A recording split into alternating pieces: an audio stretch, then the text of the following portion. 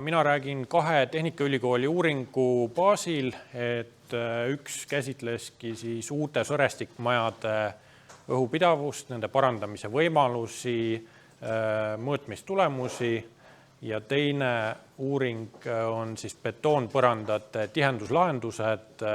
Teostati laboris erinevad katsed, näeme pilte, vaatame, mis sealt siis välja tuli. Ja mis on see vanade majade kontekst alustuseks, et õhupidavus mõjutab väga paljusid erinevaid teemasid. Need konkreetsed uuringud, see sõrestikmaja uuring eelkõige käsitles energiatõhusust, aga see betoonpõranda uuring oli tegelikult ajendatud radooni ohutusest. Ehk see uuring teostati leidmaks radooni ohutuid lahendusi põranda tihendamiseks.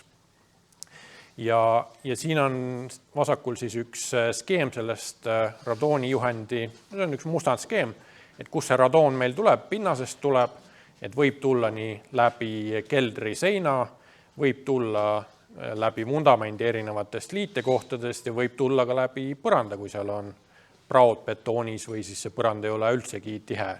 Osades keldrites siin pole ju betoon, vaid seal on mingisugune muld põhimõtteliselt. Aga uuring keskendus eelkõige siis sellele nurgale, et kuidas see saada siis tihedaks, sõltuvalt, mis siin kõrval see müüritis on. Aga kui veel rääkida üle, et mida siis õhulekked veel mõjutavad peale radooni leviku ja energiatõhususe, energiatõhususe ehk siis soojuskadu teisisõnu.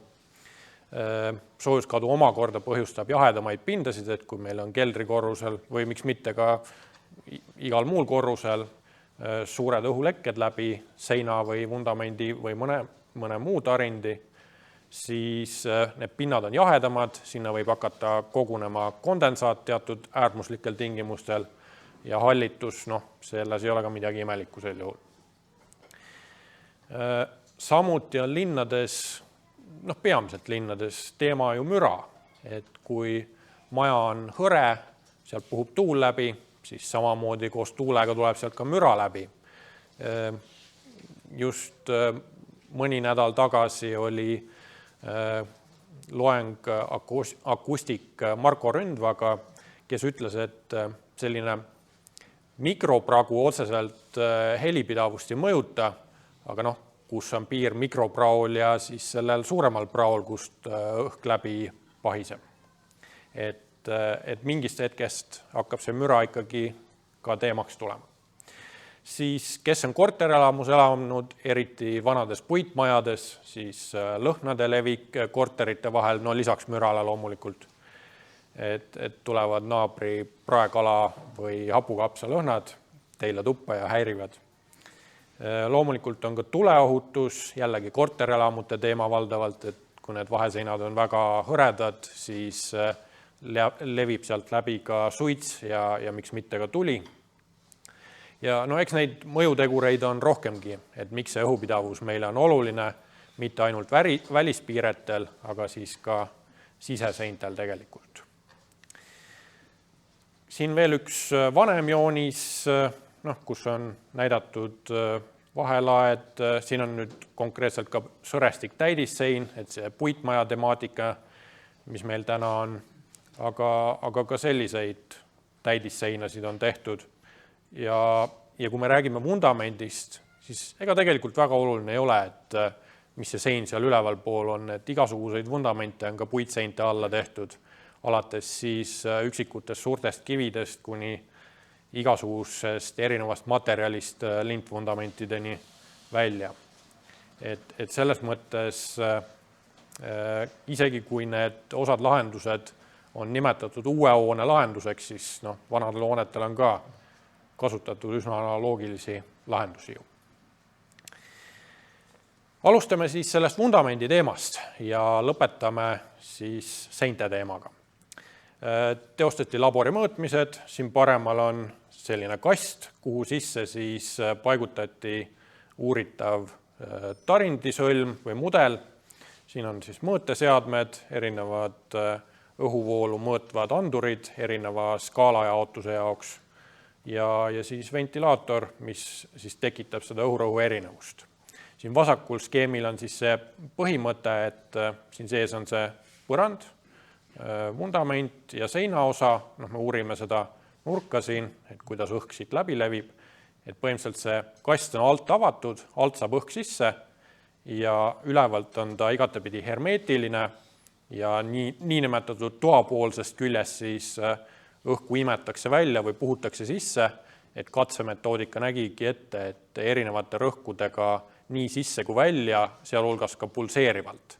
See tähendab, et vahepeal on ülerõhk, vahepeal on alarõhk, nii nagu meil tegelikus elus ju tuul tekitab. Et ei ole ju kogu aeg ühtlane tuulekiirus ja tuulesuund. Et seetõttu ka sellised katsetingimused. Teisest küljest, mida varieeruvam on see õhurõhu erinevus, seda rohkem see lammutab nii-öelda seda sõlme, et kui seal on mingisugunegi õrn kiht, siis see lammutatakse lahti.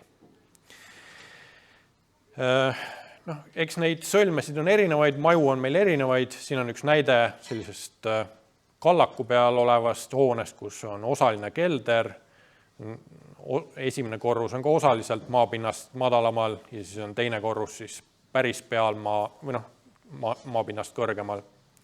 Ja probleem on tegelikult see, et ma usun, et kui te ehitustel olete käinud, siis neid pragusid põrandaservades ikka olete näinud. Kes ei ole, see pole ilmselt piisavalt põhjalikult vaadanud. Et siin on päris lai pragu, kas ta just päris sentimeetrist siin välja annab, aga siin all on siis mõnevõrra sellised peenemad praod ka, aga ilmselgelt radoon, õhk ja muud mitte soovitatavad asjad sealt läbi lähevad. Ja eesmärk on siis neid liitekohtasid tihendada. Ja alustame siis versioonidega. Võtame ette looduskivist vundamendi, olgu ta siis paekivi või raudkivi, kujutame teda siis ette sellisena. Selleks, et seda kõige lihtsamini laboris ehitada, võtsime katsematerjaliks klombitud silikaattellise, see, millega ehitatakse siis neid voodreid või siis ka aiapiirdeposte või muud sellist. Aga põhimõtteliselt ta pinna selline karedus on võimalikult ligilähedane siis sellisele ebaühtlasele looduskivi müüritisele.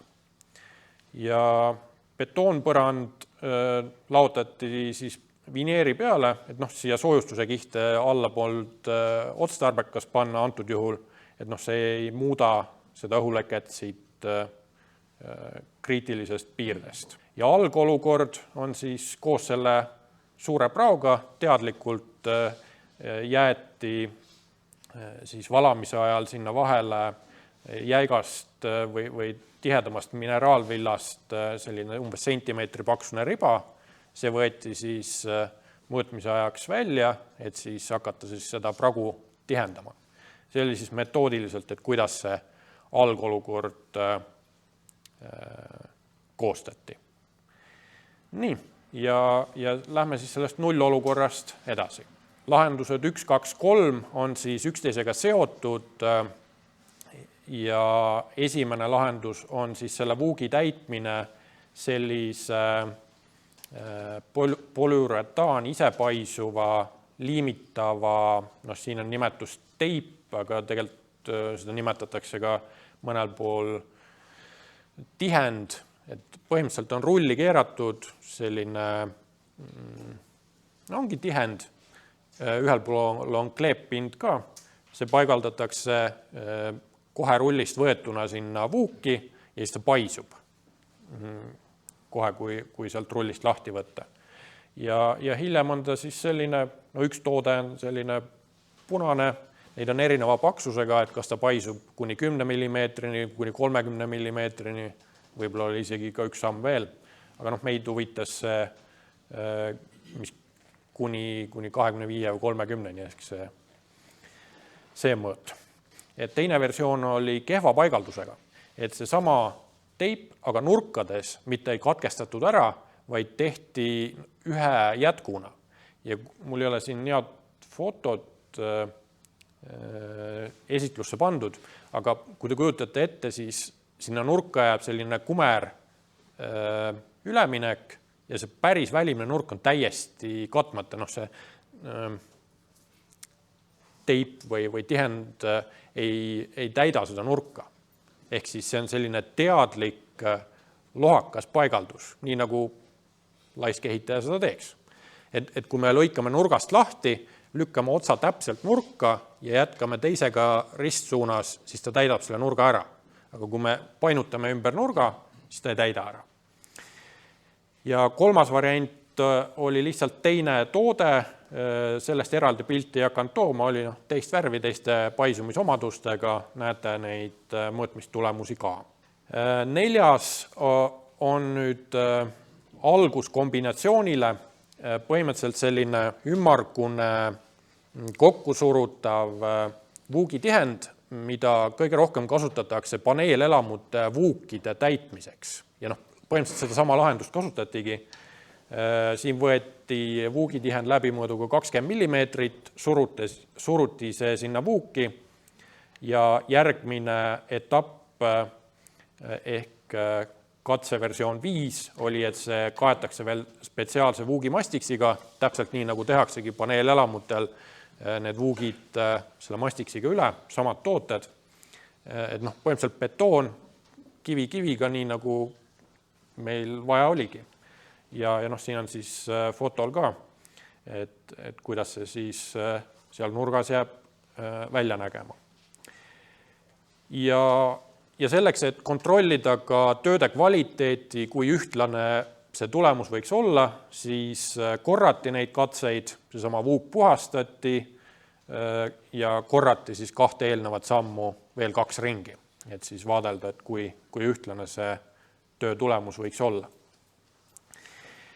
Ja siis veel 7. samm, et krohviti kogu see nurk üle, et ka läbi selle müürikivi võivad ju olla vertikaalsed tühjad vuugid või siis võib-olla see tihendusmassi täitnud kõiki nurkasid konarusi ära, et siis veel üks etapp, kogu see nurk üle krohvida, nii nagu siin keskmisel joonisel on näidatud, et krohv moodustab siis täiendava õhku tõkestava kihi.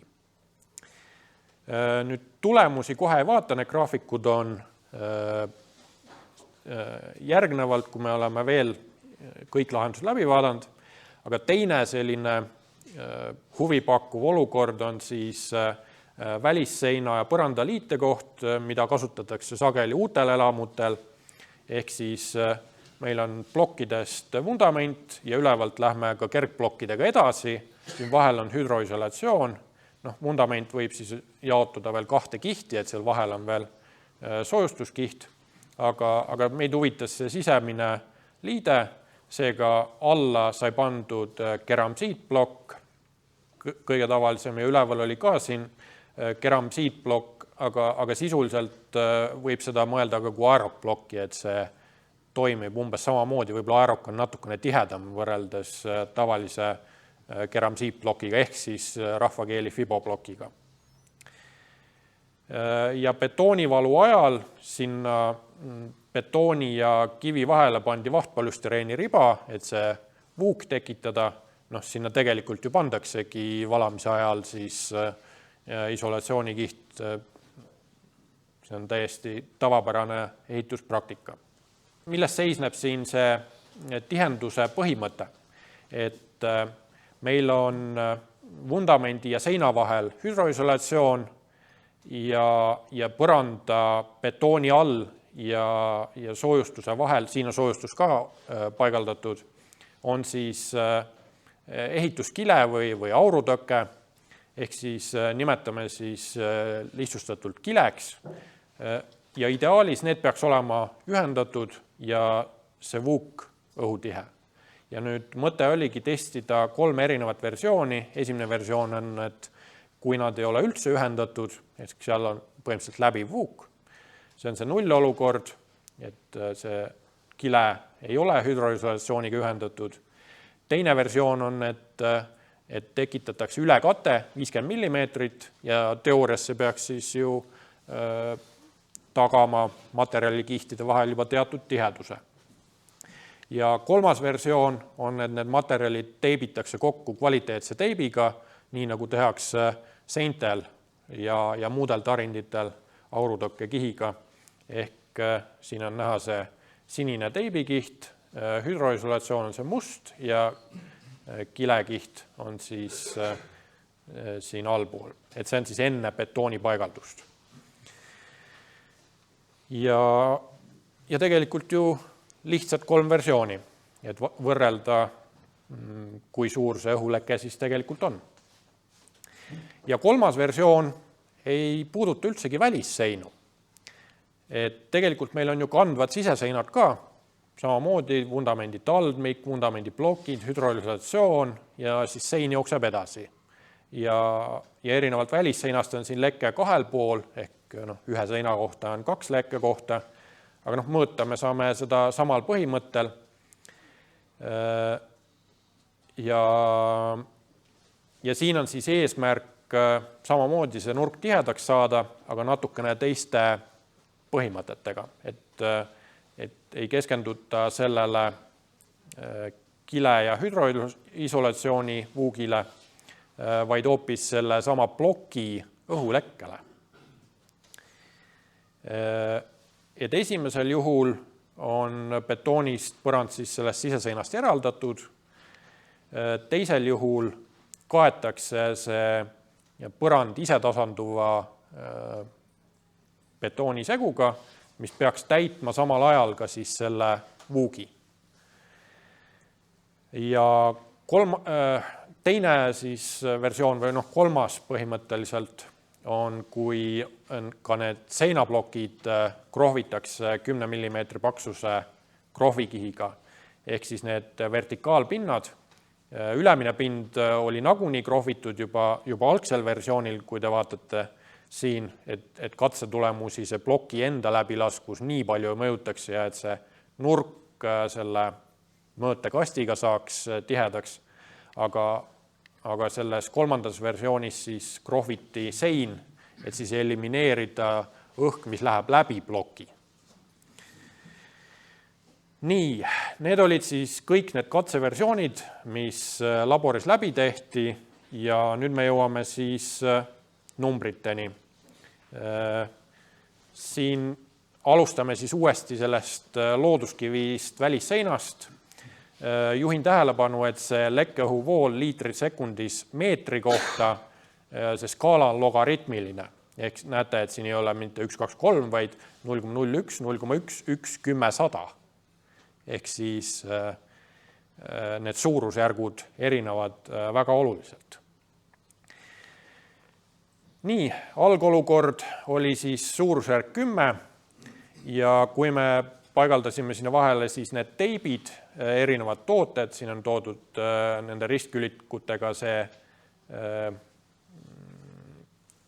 siis ühe toote keskmine, nii see vigane paigaldus kui see ideaalne paigaldus. See erinevus tegelikult ei tulnud nii suur, kui oleks võinud eeldada. See on siis suurusjärk 1 liiter sekundis meetrile. See teine toode, niinimetatud kokkusurutud purteip, oli natukene kehvem, aga see erinevus ei ole väga suur tegelikult. Siis 4. versioon oli siis see vuugitihend, ainult vuugitihend, mitte koos selle mastiksiga, ehk siis suruti see betoonpaneelidele mõeldud tihend sinna vuuki ja see oli siis natukene kehvem kui see isepaisuv tihend. Kuna see on jäigem, siis ta ei täida nii hästi neid vuuke ja sinna jääb õhulekkeid natukene rohkem. Aga kui nüüd pandi vuugimastiks ka, siis näete, et siit roheliselt me jõuame siia alla suurusjärku 0,05 või kuni 0,01 suurematel rõhkudel, et siis kuni 2 suurusjärku sai selle mastiksiga õhulekke väiksemaks. Ja krohv andis veel natukene juurde. Kuna see tellis antud juhul või siis looduskivi tegelikult ise eriti palju õhku ei juhi, ja Mastix täitis need vuugid eeldatavasti küllaltki hästi, siis täiendav krohvimine väga suurt täiendavat kasu enam ei andnud sellel juhul. Nii, lähme edasi siis selle uue maja vundamendi versiooni juurde, et algolukord õhuleke umbes sama suur nagu eelneval juhul. Kui nüüd see aurutõke oli pandud ülekattesse, siis on õhulekke suurusjärk 0,5 kanti. Eelmiselt graafikult mäletate, et see on siis juba oluliselt parem kui see isepaisuva tihendiga versioon. Nii, ja siis see kolmas versioon teibituna, siis on saavutatav suurusjärk, nii nagu eelmisel graafikul oli need vuugi Mastixiga versioonid, aga võib-olla mitte päris nii hea ei tulnud isegi. Et siin on eelmisel versioonil oli natukene madalam. Ehk siis võiks öelda, et vana seina moodsate vahenditega saab isegi paremaks kui uue seina, kui nii mõelda. Ja lähme siis selle vaheseina juurde edasi. Algolukord oli veidi parem kui eelneval kahel, aga ikkagi sama suurusjärk. Kui sai siis isetasanduv segu paigaldatud, siis jõudsime samasse suurusjärku, nagu need isepaisuvad tihendid andsid. Ja kui nüüd krohvimine ka teha, siis jõudsime sellesse eelmisesse suurusjärku ja siit tahakski kokkuvõtteks välja tuua, et selle kergploki krohvimine on väga oluline, et saada see liide tervikuna tihedaks ja mitte ainult see 5 sentimeetrit ümber selle vuugi, vaid ikkagi laiemalt, kuna see plokk ise, olgu see siis keramsiitplokk või ka aeroplokid ilma krohvimata juhivad küllaltki hästi õhku, et ilma krohvimata need seinad väga õhupidavad ei ole. Nii, ja siis sai vaadeldud ka töö kvaliteeti, et alustuseks see vuugitihendiga täitmine. Nagu näete, siis küllaltki ühte suurusjärku, et siin on nüüd lineaarne skaala, et enam ei ole suurusjärkudes vahe, et pigem ühtlane tulemus. Kui nüüd, aga siin on üks konks, nimelt need katsed on tehtud kõik uue vuugitihendiga, ehk siis vuuki paigaldatakse uus tihend, kui nüüd sealt see vuugist vana vuugitihend võtta välja, mõelda, et läks natuke nässu, võtan välja, panen uuesti, siis on juba hoopis teine lugu.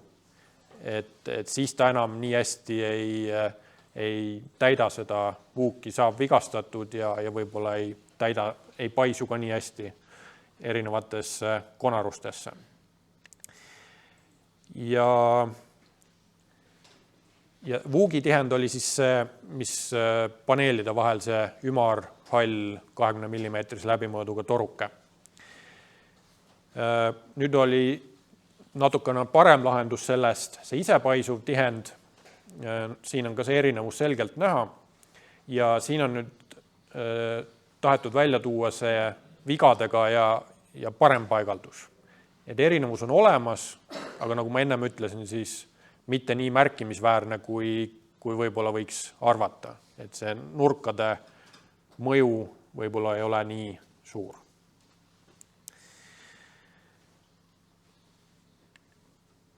Ja siin on see foto ka, mul oli juba meelest läinud, et see viga oli põhimõtteliselt see, et see paigaldati ühes tervikus ja see nurk on täiesti tühi ja siit ei paindu ka see ümber selle betooni nurga võib-olla nii hästi ja parem paigaldus on see, kui siit läbi lõigata, arvestades, et tihend algab täpselt seinast, suruda sinna vahele, natukene pikem isegi ja teine algab ristuvalt siis esimese vastast, et siis see nurk saab täis.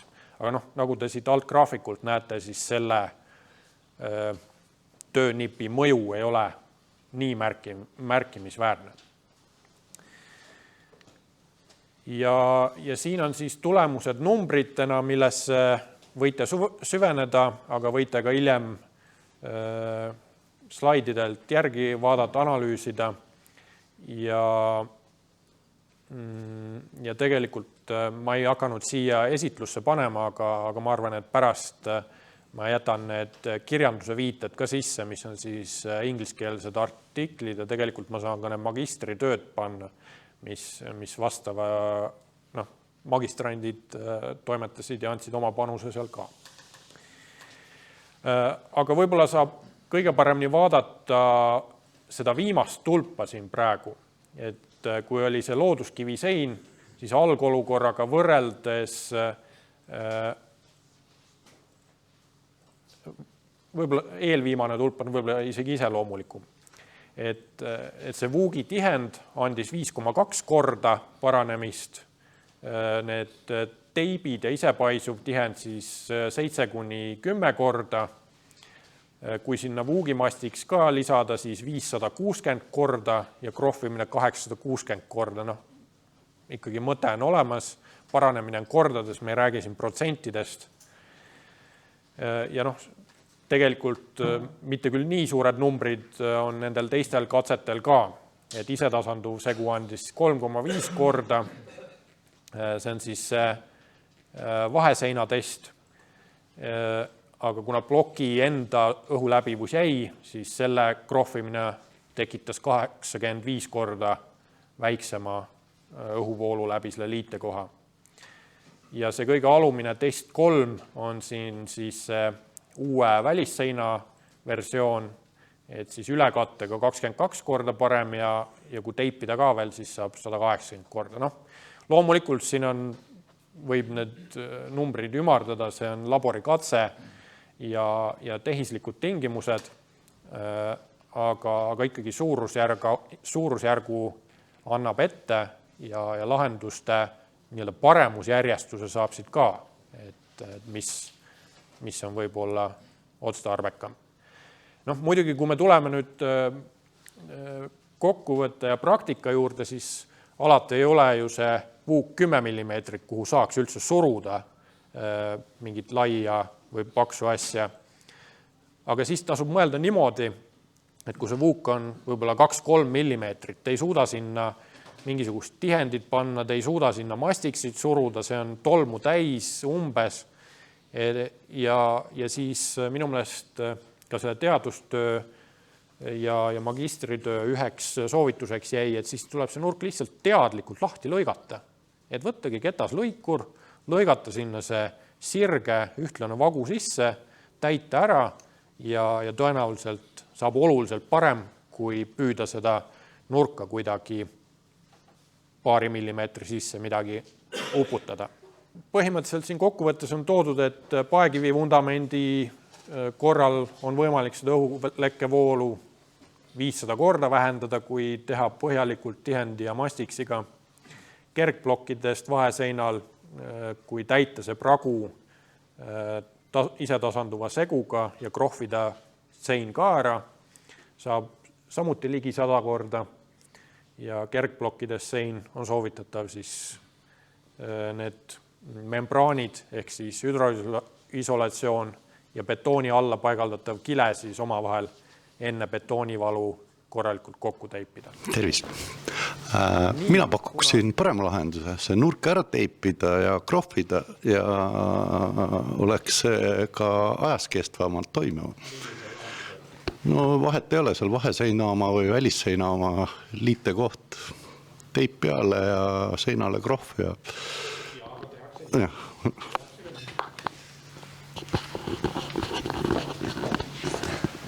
Tere, Kaarel Kets siinpool, et mul oli tegelikult täpselt sama mõte, et kas te selle peale ei mõelnud, et seal kui on tolmune, siis pesta pinnad puhtaks ja kasutada neid vulkaniseeruvaid elastseid teipe, mida siis panna sinna ja kui see ei pea jääma nii-öelda viisakas lõpp-pind sinna, et sinna saab teibi peale panna. Kivipinnal ükskõik, mis kleepuvat teipi nagunii ei usu ja seda me ei proovinudki testida.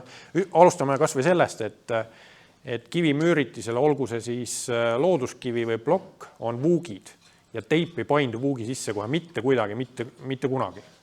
Ja nagu eelkõneleja ütles, siis ülekrohvides saab selle mure lahendada. Eeldusel, et see krohv püsib peal, on kasutatud vastavat teipi, millel on üks liimpind ja teisel on siis see auklik krohvi külg, spetsiaalsed teibid, et see on võimalik, seda ma isegi ei mäleta, kas meil oli see arutelu all, võib-olla oli, aga seda liimuvat teipi ma kindlasti ei usu. Tuleb tunnistada, et sellest katseseeriast on ka 10 aastat möödas, see on 2015 seeria, et võib-olla kõik nüansid ei ole meeles, aga tulemused kehtivad üsna ajatult, võib-olla mõni parem toode tuleb kunagi turule, aga nii on. Küsimus on lihtsalt selles, et kõik need materjalid ju vananevad. Need on poolemaid olumeelsed tooted, mis ajaga ikkagi lagunevad. Seda meil kahjuks analüüsida ei ole realistlik, et seda tuleks pigem nagu reaalses hoones analüüsida, ma arvan, et jättagi ta sinna niiskuse, päikese paisumiste, mis iganes keskkonnatingimuste kätte, et see pigem ei ole laboratoorselt isegi, kui mõttekas ta sinna on. Teine uuring oli siis tellitud sellise majatootja nagu Matek poolt, ma ei pea siin seda varjama, teevad tegelikult head tööd ja nad tahtsidki enda toote arenduseks siis mõõtmiseid ja laboriuuringuid. Et alustuseks, et mis siis selle uuringu raames sai tehtud, Matek pakkus välja, minu meelest oli 4 või 5 reaalselt valmis ehitatud elamut, kus sai mõõdetud õhupidavus siis tavapärastel tingimustel, nii nagu seda tehakse, ventilaatoriga survestamise meetodil, alarõhk, ülerõhk. Ja teine uuringu pool oli siis puitsorestik, välisseina ja seonduvate sõlmede testimine laboris sarnases õhulekkekastis, see oli suurem kui see eelmine. Ja puitsorestik sein, milline ta siis nendel oli, 240 mm mineraalvill soojustust, ehk siis põhikarkass 195 mm ja siis lisakarkass veel. Soojusläbivus 0,17 vatti-ruutmeeter Kelvinile, õhu- ja aurutõkkekile siis sisemisest pinnast seal kahe soojustuse kivi vahel ja välispinnal tuuletõkkeplaat, nemad kasutasid 9 mm tuuletõkkekipsi. Et sellised olid nende tüüplahendused sel hetkel. Jällegi see uuring oli umbes samal hetkel, ma täpselt ei mäleta, kas ta oli natukene ennem äkki, 2014-15, ehk see tootearendus on tänaseks ammu tehtud ja nendest vigadest nad kindlasti on õppinud, et mis neil oli ja tulemustest oli ka kasu.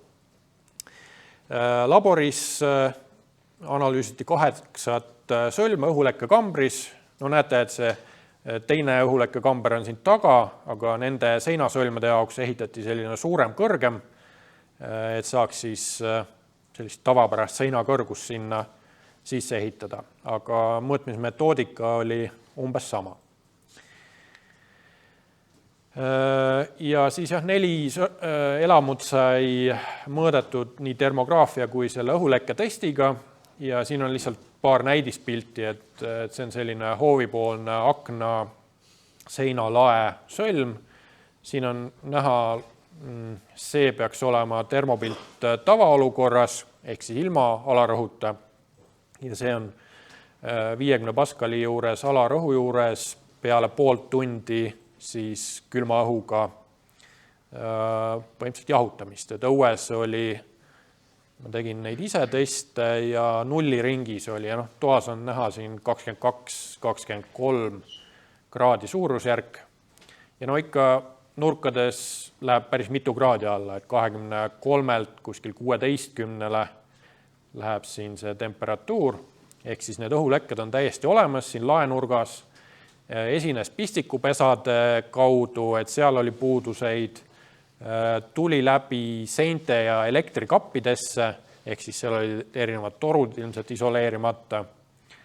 Ja ühel juhul oli ka vaheseina jõudis, ehk siis mingisugune vaheseina ja laeliite koht oli korrektselt lahendamata.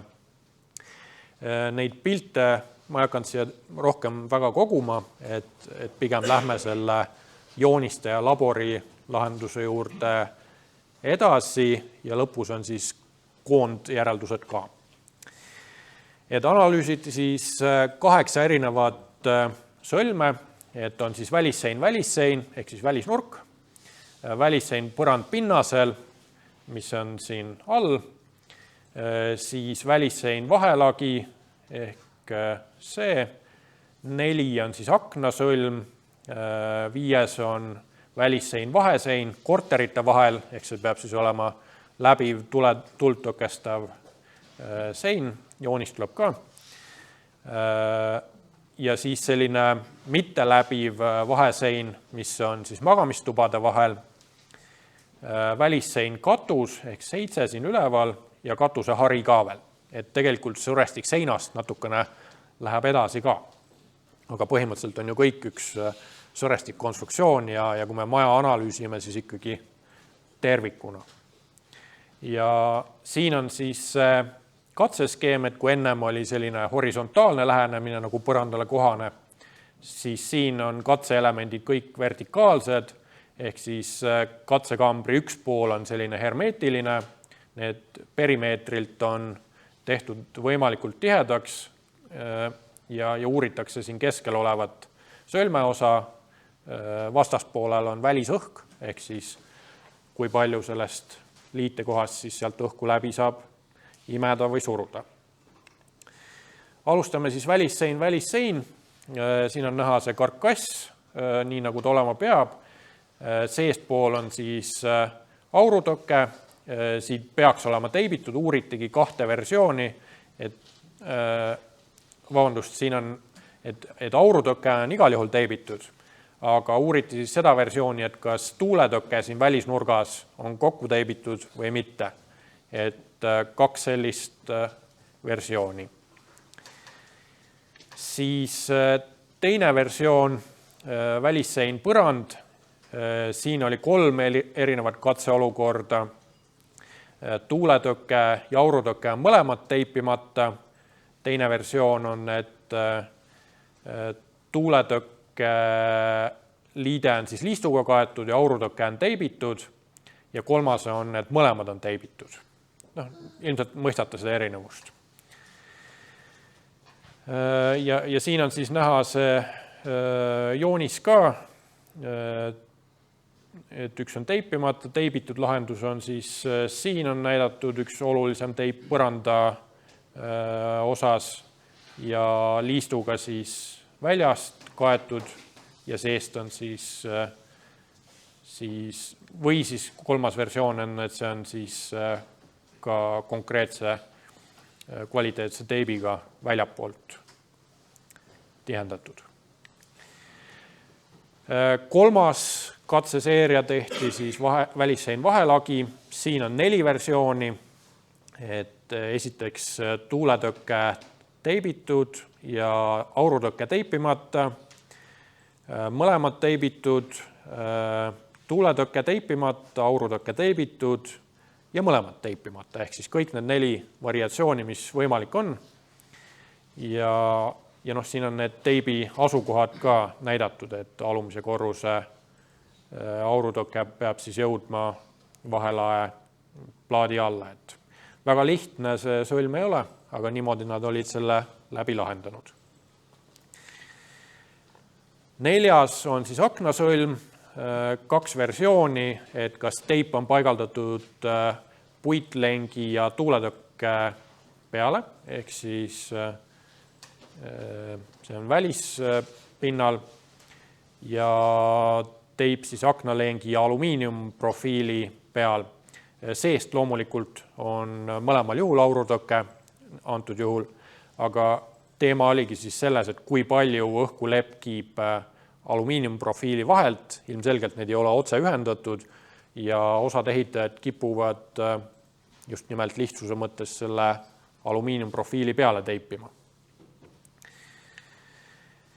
Välissein, vahesein, korterite vaheline, ehk siis nagu näete, see vahesein läbib välisseina, jõuab siis välisseina välispinda välja ja siin on jällegi 4 versiooni, et nii teipimata kui teibitud M-kumb aurutõke või tuuletõke.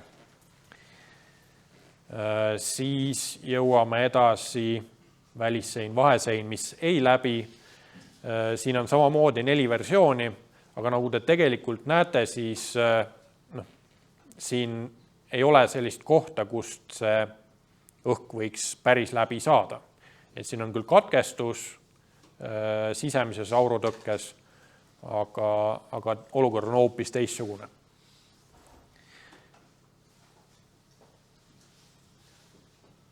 Jah. Siis on veel välissein katus, üks versioon, ehk siis nii aurutõke kui tuuletõke ikkagi kokku teibitud ja samamoodi ka katusehari, et testiti siis sellist ühte lähenemist. Ja katusesõlm on harjatalaga, ehk siis katusepaneelid toetatakse siis harjatalale ja peale paigaldamist siit alt ja pealt siis liidetakse tihedaks. Nii, jõuamegi mõõtmistulemusteni ja võib-olla seda graafikut on natukene ebamugav lugeda, aga ma ei suutnud seda ka kuidagi meeldivamaks teha. Ehk siis alustame see välissein, siis on 2 versiooni, tuuletõkke teibitud või teipimata. Näete, et kui teipida, siis õhulekke arv või siis palju sealt liitekohast liitrit minutis meetri kohta õhku lekib, läheb ligi poole madalamaks, ehk siis 25 pealt kuskil 13 peale või midagi sellist. Siis on see teine versioon, välissein põrand, seal oli siis 3 versiooni, ehk siis nii tuuletõkke kui aurutõkke teipimata, siis on aurutõkke teibitud ja siis on mõlemad teibitud. Näete, et erinevus praktiliselt puudub. Kui on siis välissein vahelagi, siis siin on olukord, ma jään nüüd vastuse võlgu, jälle ei mäleta täpselt, et see kollane oli mõlemad teipimata. Jah, kollane on siin mõlemad teipimata. Kui on teibitud ainult tuuletõke, siis see on kõige parem. Kui on mõlemad teibitud, siis see on umbes sama. Ja kui on ainult aurutõke teibitud, siis millegipärast on see oluliselt suurema õhulekkega. Võt seda järeldust ma kahjuks ei meenutanud, et miks see niimoodi oli. Aknaliide, see erinevus on olemas, et kui paigaldada see tuuletõkke teip siis selle metall või alumiinium katte peale, et see on 2-3 korda ikkagi kehvem, aga kuna aurutõkke on teibitud, siis selle tuuletõkke teipimise mõju numbrites ei ole tegelikult väga suur, kui te võrdlete nüüd teiste tulemustega. Välissein, vahesein, jällegi mõnevõrra vastuolulised või siis teisiti öeldes ühtlased tulemused isegi, et see oranž on siis juhtum, kui nii tuuletõkke kui aurutõkke on teipimata, aurutõkke teipimine ei andnud midagi juurde, mõlema teipimine toob siis tuuletõkke tasemele, ehk siis kokkuvõte on see, et tuuletõkke tihedus mõjutab selle liitekoha toimivust.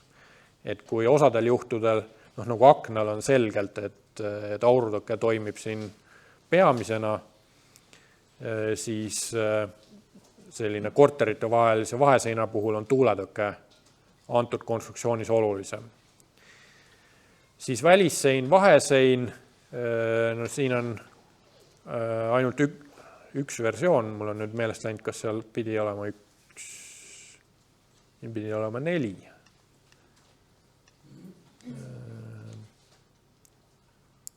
Jah, siin on ainult versioon, kus kõik on teipimata, siis mingi leke oli, aga kuna, nagu te sealt jooniselt nägite, siis siin ei ole mitte vahesein 2 eluruumi vahel või magamistuba, vaid nagu magamistuba ja vannituba. Ja vannitoas on see aurutõkkekiht mitte seal kahe seina vahel või kahe soostuskihi vahel, nagu muudes tubades, vaid sisepinna all, ehk siis ta on teises kohas ja siin see teipimine sisepinnal ikkagi annab tulemust ja kui üldse teibitud ei ole, siis järelikult leke ikkagi esineb. Ja samamoodi siis on läbi käidud need katuse harjasõlm ja välissein katus, siin oli ainult üks versioon, et saada see number teibitud olukorras kätte ja selline ta on.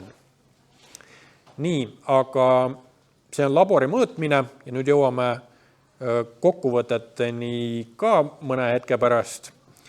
Või tähendab, siin saamegi võrrelda, et mis on siis nende hoonete mõõdetud tulemus ja kui me laboris mõõdetud tulemused nüüd arvutaksime meetrid ja need kõik kokku, et milline siis see õhuleke hoonel teoreetiliselt võiks olla. Ja nagu näete, siis enamikul on erinevus suurusjärk. Ehk siis kokkuvõte, mis siin ka välja kirjutatud tuleb kohe, on see, et need liitesõlmed ei ole peamised õhulekke kohad, vaid kuskil on veel domineerivamad kohad. Nii nagu ma esile tõin, siis mingisugused kaabli läbiviigud on hoones, elektrikapid, võib-olla ei ole need aurutõkkepaanid nagu ühtlases seinapinnas ka korralikult paigaldatud või siis on veel mingid kolmandad kohad, mille peale ei tulegi. Et kui arvutada see teoreetiline õhulekke arv, siis see on 10 korda umbes väiksem, kui ta reaalselt mõõdetuna oli. Ja majade iseloomustamiseks siis suurusjärk kõige väiksem oli 115 ruutu, aga ülejäänud olid 200 ruudu ümber, sellised suuremad eramud. Minu meelest osad olid ühekorruselised, vähemalt üks oli ka kahekorruseline või 1,5-korruseline, midagi sellist. Ja siin näete neid muid õhulekke kohti ka. Et see konkreetne koht on esikulagi. Tuled sisse uksest, põhimõtteliselt selline koridor esik ja keset lage, seal teine korrus on ka peal, on täiesti tumedaks pilt värvunud termograafia pilt, mis tähendab, et temperatuurid on õhulekke tõttu langenud. Seda ka tavaolukorras ja alarõhu korral veel rohkem. Ja kaablid on see peamine nüanss, et siin keset lage oli valgusti, ilmselt see liite koht ei ole ka suurem asi ja nagu näete ka seina keskel, mida me ilmselgelt ei mõõtnud, on oluline õhulekke koht. Ehk siis jällegi need aurutõkkepaanid ise omavahel või tuuletõkkepaanid ei ole korralikult ühendatud. Ja sellest tulebki välja ka see erinevus. Et oluline on siis tööde kvaliteedile tähelepanu pöörata ja nüüd käimegi need mõtted või kokkuvõtted üle, mis sealt siis välja tulid, et aknaliite õhuleke on väiksem ilmselgelt, kui teipida ikkagi otse puitlengile, mitte sellele katteprofiilile. Välisseina nurgas on aurutõkke teipimine raskendatud ja seda just tehasest tootmisest tingituna, et kuna siseviimistlus püütakse ära teha, siis pärast on seal viimistletud olukorras raske seda reaalselt teipida. Tuuletõkke teipimine vahela ja korterite vahelise vaheseina ja samuti siis välisseina liitekohtades on suurema mõjuga kui aurutõkke teipimine, mis tuligi sealt graafikult välja, mis mõnevõrra oli ka tavamõistes üllatav. Ja piisava õhutõkke tiheduse annavad ka puitalad, et kui siis see tuuletõke on liidetud puitalade kohal ja korrektselt siis ühendatud. Tuuletõkke ja õhutõkke teipimine vundamendiliite kohas on oluline ja eelkõige väldib see siis leket puitala ja betooni vahelt, et see alumine karkassivöö ja betoon on teatavasti mõnevõrra ebaühtlane ja sinna vahe jääb ja seetõttu need tuuletõkke ja aurutõkke kihid peaksid seda kompenseerima. Ja nagu ma juba esile tõin, siis erinevaid muid joon ja punkt õhulekkeid esines mõõtmistulemuste alusel pigem ohtralt, et need tüüpnurgad, kus need suured seina või katuseelemendid kokku saavad, ei olnudki üldse peamine probleem. Ja siit veel täiendavad järeldused, et kindlasti kasutada ajas kestvaid teipe. Need ilmselgelt on mõnevõrra kallimad, kestavad kauem, rohkem kui aasta.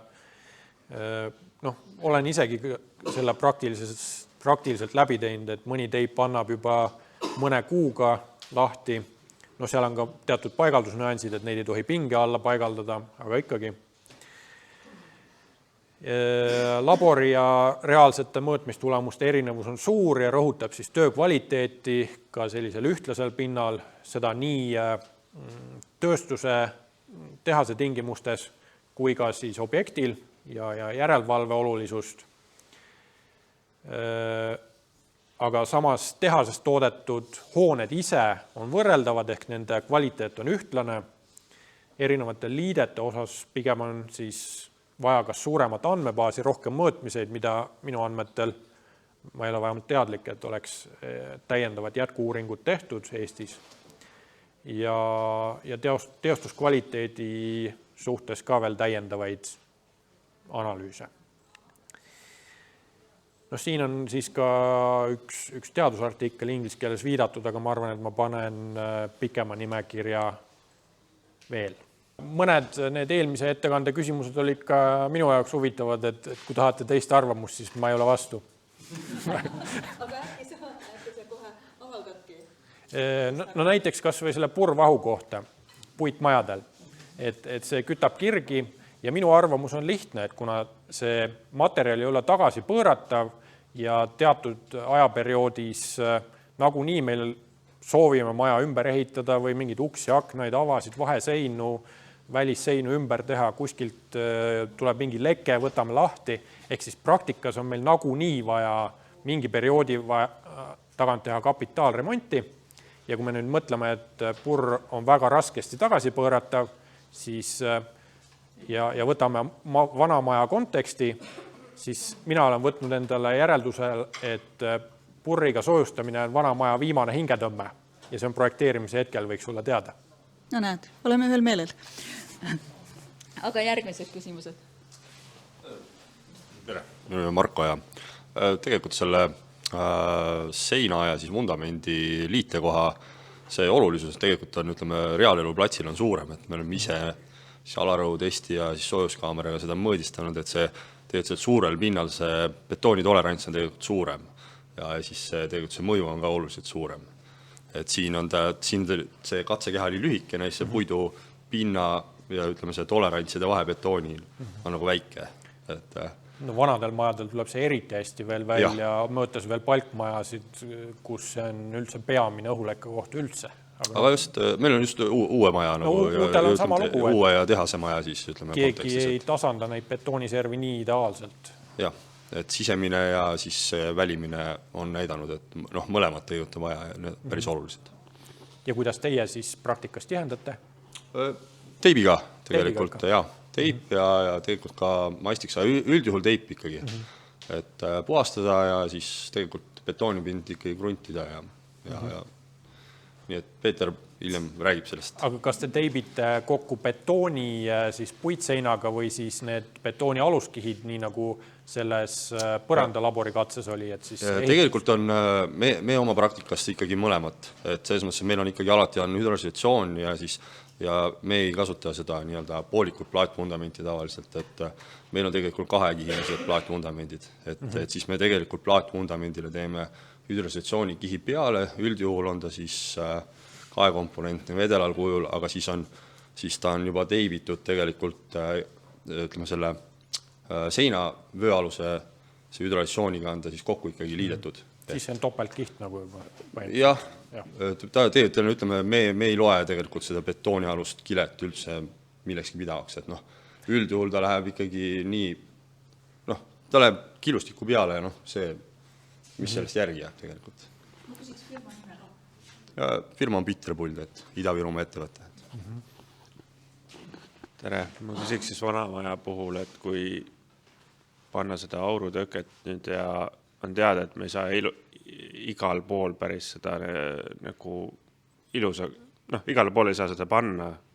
Need mõned liitekohad jäävad sellised veidrad, noh, välisseina ja siseseina koht näiteks, et ei saa seda aurutööket sealt läbi viia. Et kas siis üldse on pointi panna, et me siis umbes kontsentreerime selle veeauru liikumise teatud kohtadesse sellega, selle asemel, et see oleks igal pool nagu ühtlane. Selles kontekstis on jumala õigus, et näiteks palkmajad on selles mõttes üsna hea näide, et katsu sa palgi servale, eriti kui see on veel ümarpalk ja suurte varadega seda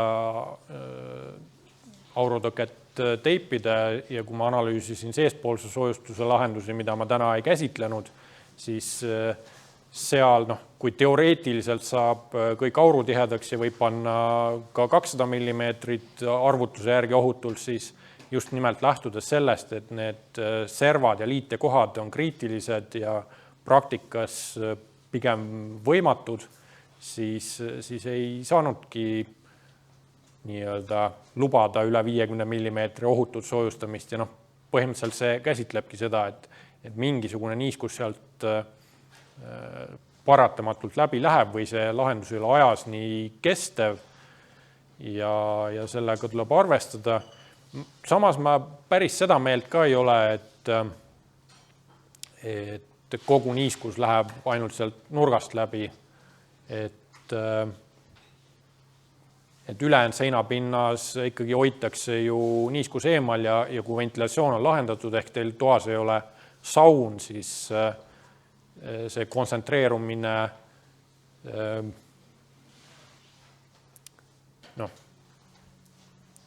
ma ei oska seda nüüd hästi sõnastada, aga ma tahaks öelda, et ei tekita sellist kriitilist riski. Mul küsimus siis, kui on vana maja, vana vundament, on ta siis paekivist või maakivist ja palksein, et kuidas seda oleks kõige mõistlikum ikkagi siis õhutihedaks teha seda liitu kohta? Maakivi sein, palkseinaga? Jah. Ehk siis 2 maja osa liitekoht? Jah. Aga see palksein on mis kuju?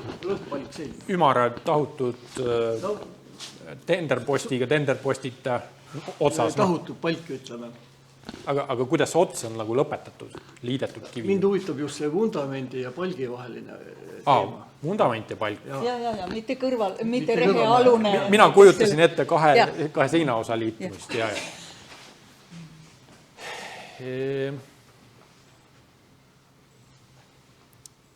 Ma arvan, et ma läheks selle isepaisuva tihendi teed. Kui see vuuk lahti võtta ja see sinna mahub. Et ma mastiksiga väga ei tahaks seal tegeleda ja noh, betooni vastu palki ka ei vala, see nagu nii praguneb sealt lahti ja see peab olema mingi elastne materjal. Ehk siis ma arvan, et see isepaisuv võiks hästi kaasa mängida.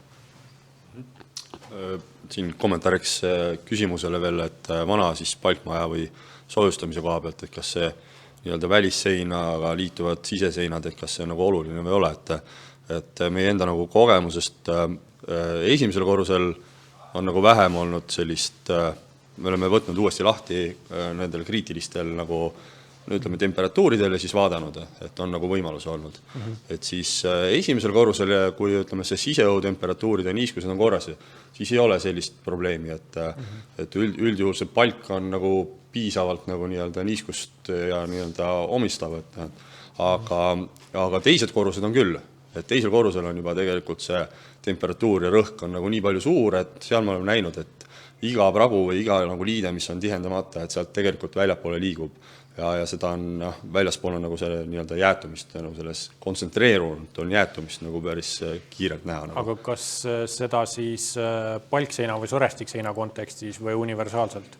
Mõlemat, kusjuures mõlemat ja tegelikult ütleme, selline lahendus on Manel Palkmäel, kui ikkagi väljast läheb soojustamine, siis tegelikult on väljapoole pandavad aurutõkked täitsa olemas, et Peeter jälle saab rääkida ja oleme 2 maja renoveerinud ja saanud ka siis ütleme mõõdetult siis renoveeritaval majal tulemuse kuskil sellise õhulekke 0,8 peale, et tulemused on päris head olnud.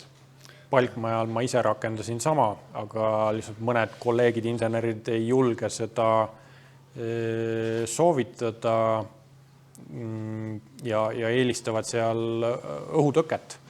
Jah, õhutõkkega saavutasime enam-vähem sama, aga see on siis nii-öelda papikujul puhtalt õhutõket, aga tegelikult need aurutõkked erinevused on suured tegelikult, et väga paljud tegelikult ei tea nagu nendest aurutõkkete erinevusi, et traditsioonilist aurutõkket ma kindlasti soovitaksin, jah, et see on nagu kindlasti välistatud, aga ütleme erilahendustega aurutõkkeid me oleme nagu kasutanud ja oleme saanud ka tegelikult puurida avasid läbi, et ühel talvel.